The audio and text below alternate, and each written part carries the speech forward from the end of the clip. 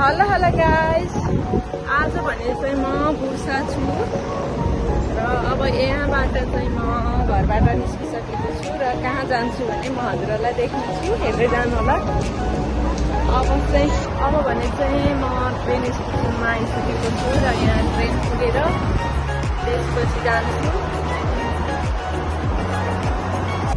Bursa आएको चाहिँ झन्डै 3-4 दिन भयो र आज चाहिँ म बुर्साबाट चाहिँ बुर्साको 400 भन्ने ठाउँमा जाँदैछु र ट्रेनमा पनि चढिसकेको छु। अब चाहिँ हामी 400 गएपछि चाहिँ के गर्छौँ म भिडियोबाट देखाउने नै छु। मैले भनेपछि ट्रेन फेरि चेन्ज गर्नुपर्ने हुन्छ र अब चाहिँ हामी अर्को ट्रेन चेन्ज गर्छौँ र जान्छौँ। अब भनेपछि ट्रेन चढिसकेको छु। यहाँबाट चाहिँ अब सिधै हामी 400 पुग्छौँ। 400 पुगेपछि फेरि के गर्छौँ म देखाउने नै छु। गाइस अहिले भनेपछि चाहिँ म ओर्लिसकेको छु ट्रेनबाट। यो 5 मिनट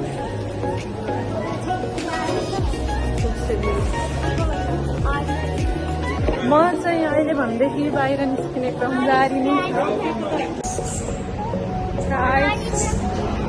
400 भने आइसकेको छैन। म चाहिँ हिँड्न नसक्ने भइसक्यो, हिँड्ने बानी छुटेर छ। खासमा गर्मीले प्याक भएको छ। है गाइस, हामी चाहिँ अब आइपुग्न आँटेको छौँ। सक्नुहुन्छ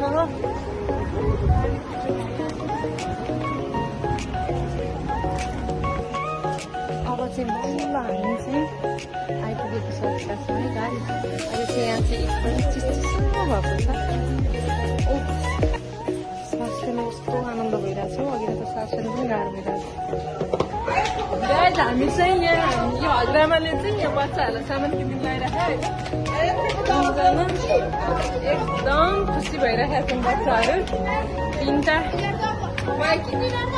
बच्चेहरू छन्। वाइकिकी जाउँ भन्दैछ नि यिनीहरू चाहिँ।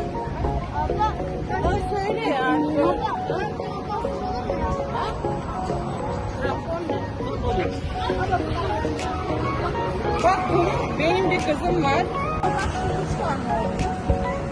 Ne yapacağız? Hadi gel gidelim bakalım. Uygun bir şeyler bakalım. Hadi bakalım.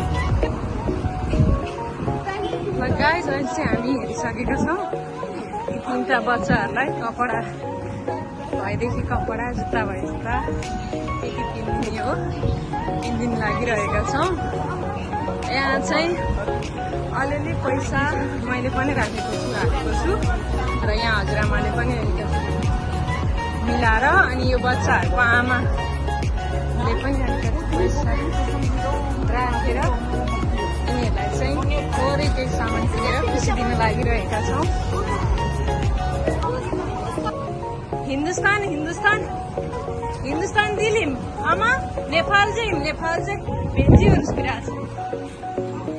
मलाई चाहिँ भन्दैछन् कि तिमी इन्डियन जस्तो देखिरहेछ भनेर यिनीहरूको फेरि खुसी छुट्टै छ कि सामान किन्नेहरूलाई जुत्ता पनि त्यसो लगाइराख्नु।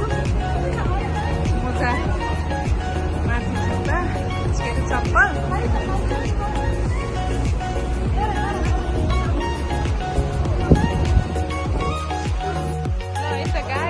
अब हामी चाहिँ यहाँ बच्चाहरूलाई सामान किन्ने ठाउँमा आइसकेका छौँ। यिनीहरूको खुसी छुट्टै छ र अब यिनीहरूले के लिन्छन् हेर्दै जाउँ।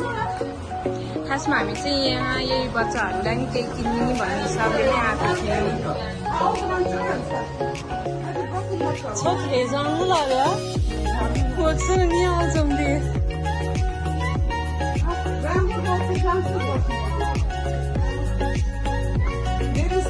Bizdeki bakalım. Kaç numara oluyor sana? Ben biliyorum.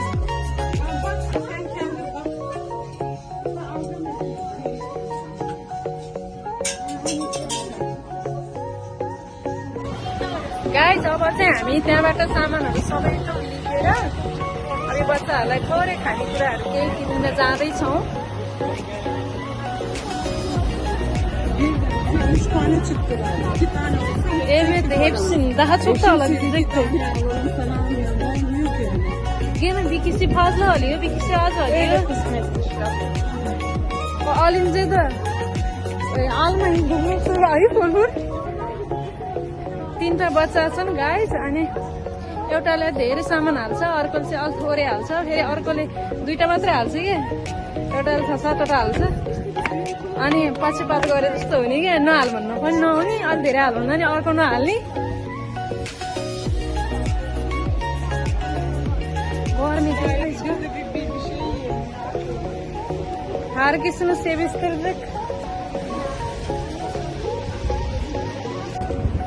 Guys अब हामीलाई चाहिँ भोक लागेको छ होइन खाँदैछौँ बच्चाहरूलाई पनि बिदा गरियो यता मासु किनेर त्यो सामानहरू किनेर पठाइदिनु अब भने चाहिँ गाइस खाना खाएर अब भने चाहिँ म आफ्नो घरतर्फ लाग्छु सबैजनाले भिडियो हेरिदिनु होला सपोर्ट गरिदिनु होला सब्सक्राइब पनि गर्नुहोस् होला भन्दै अहिले चाहिँ बिदा हुन्छु बाबा।